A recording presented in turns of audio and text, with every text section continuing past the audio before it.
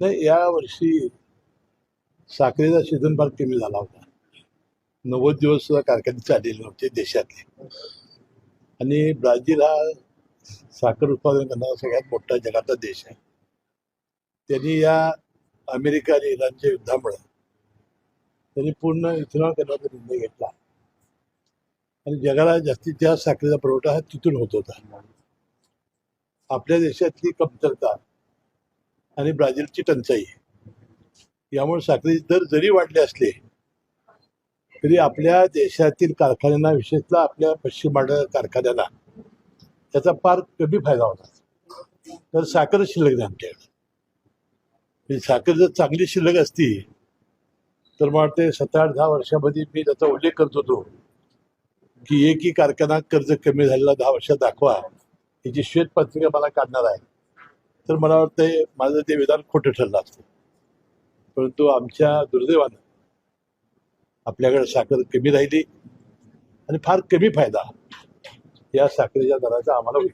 शेतकऱ्यांना देखील याचा फायदा होणार नाही, हे व्यापाऱ्यांच्या घशामध्ये पैसे जातील अशा पद्धतीची टीका आहे, ते औषधी आहे. नाही, आता काय झालं की साखर ही कारखान्याकडे नाहीच असली तर ती व्यापाऱ्याकडे असेल. परंतु केंद्र सरकारनं आयातीचा निर्णय आज घेतलेला आहे. 10 लाख टन कच्ची साखर, त्याशिवाय त्यांनी साठ्यावर बंधनं आणलेली आहेत आणि मला वाटतं त्याचा दुष्परिणाम थोड्या दिवसात दिसेल. या सगळ्या साखरेच्या जवळपास 20 ते 22 कोटींचा काळा बाजार होण्याची भीती आहे. ही राजू शेट्टींनी वर्तवली.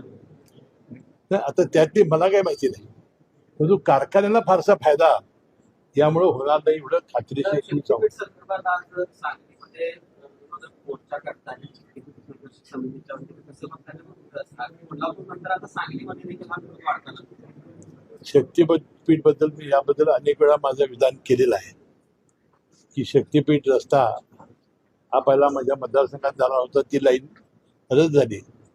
परंतु 2 माझ्या मतदारसंघातली गावं, एक बोरोड आणि एक उंदरवाडी, ही गावं यामध्ये अडकलेली आहेत आणि बोरोड हे माझं काळीज आहे असं मी सांगितलं होतं. आता तो रस्ता करण्याची मुख्यमंत्र्यांची भूमिका आहे आणि आता आंबेडकर साहेब, चंद्रदीप नरके यांच्या मतदारसंघातून हा जादा रस्ता जात असल्यामुळं ते एकनाथ शिंदे साहेबांकडे जाऊन ही लाईन कशी बदलता येईल, रस्ता तर आपल्याला करायचाच आहे, परंतु कमीत कमी कसं नुकसान होईल ते प्रयत्न करतायत. नाही, ठीक आहे ना, शेवटी आम्ही आज सत्तेमध्ये आहोत. मुख्यमंत्री महोदयांची ती आणि सगळ्या एकनाथ शिंदे साहेबांची ती इच्छा आहे, तर आपल्याला समजूतीने मार्ग काढावा लागेल. देशामध्ये झेडसीकडे बघण्याचा दृष्टिकोन सगळ्यांचा बदललेला आहे. तर मोदी सुद्धा विद्यापीठामध्ये त्यांच्याशी बातचीत करणार आहे. राहुल गांधी आता बोलणार आहे. तर चंद्रकांत दादांनी काल सांगितलं की या मुलांसाठी आता पॉकेट मनी देणार 2,000. म्हणजे काय इफेक्ट होऊ शकतो किंवा काय कसं बघतो? इफेक्ट काय होणार आहे मला माहिती नाही, परंतु या तरुण पोराने ज्या पद्धतीनं संघटनात्मक परवा आंदोलन केलं आणि त्याचे दृश्य परिणाम जे दिसले, त्यामुळे सगळे राजकर्ते आणि सगळे विरोधक आता खडबडून जागे झालेले आहेत आणि जे असेल ते अल्पा असेल यांना आपलंसं करण्याचा ते प्रयत्न करतात. संत बाळगोबा देवस्थान ट्रस्टचा घोटाळा झाला होता. व्यवस्थेचा घोटाळा SIT स्थापन झाल्याचं कळत आहे. खरंच तपास पारदर्शक होईल का?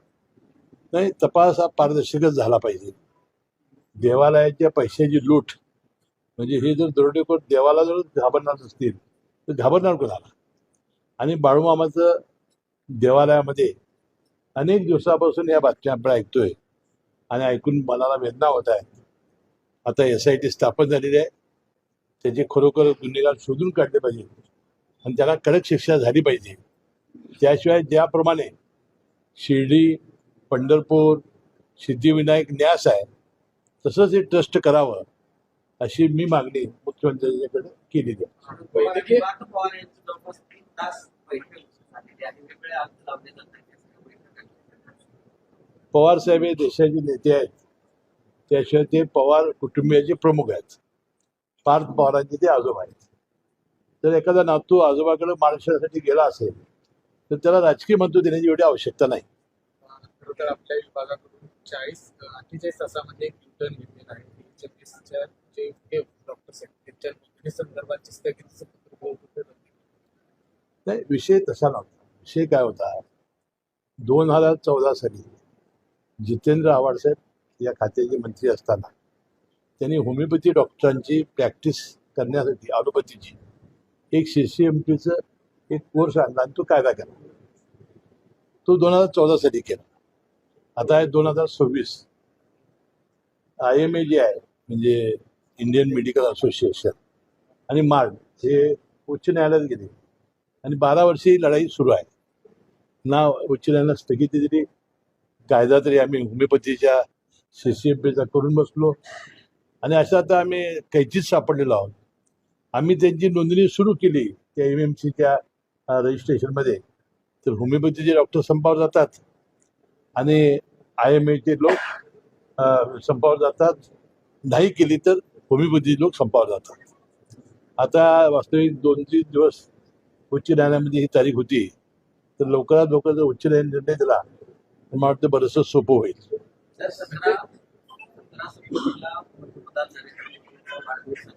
17 सप्टेंबरला नरेंद्र मोदींचा वाढदिवस आहे, पण पंतप्रधान मोदींचा हा शेवटचा वाढदिवस असेल असा दावा संजय राऊत.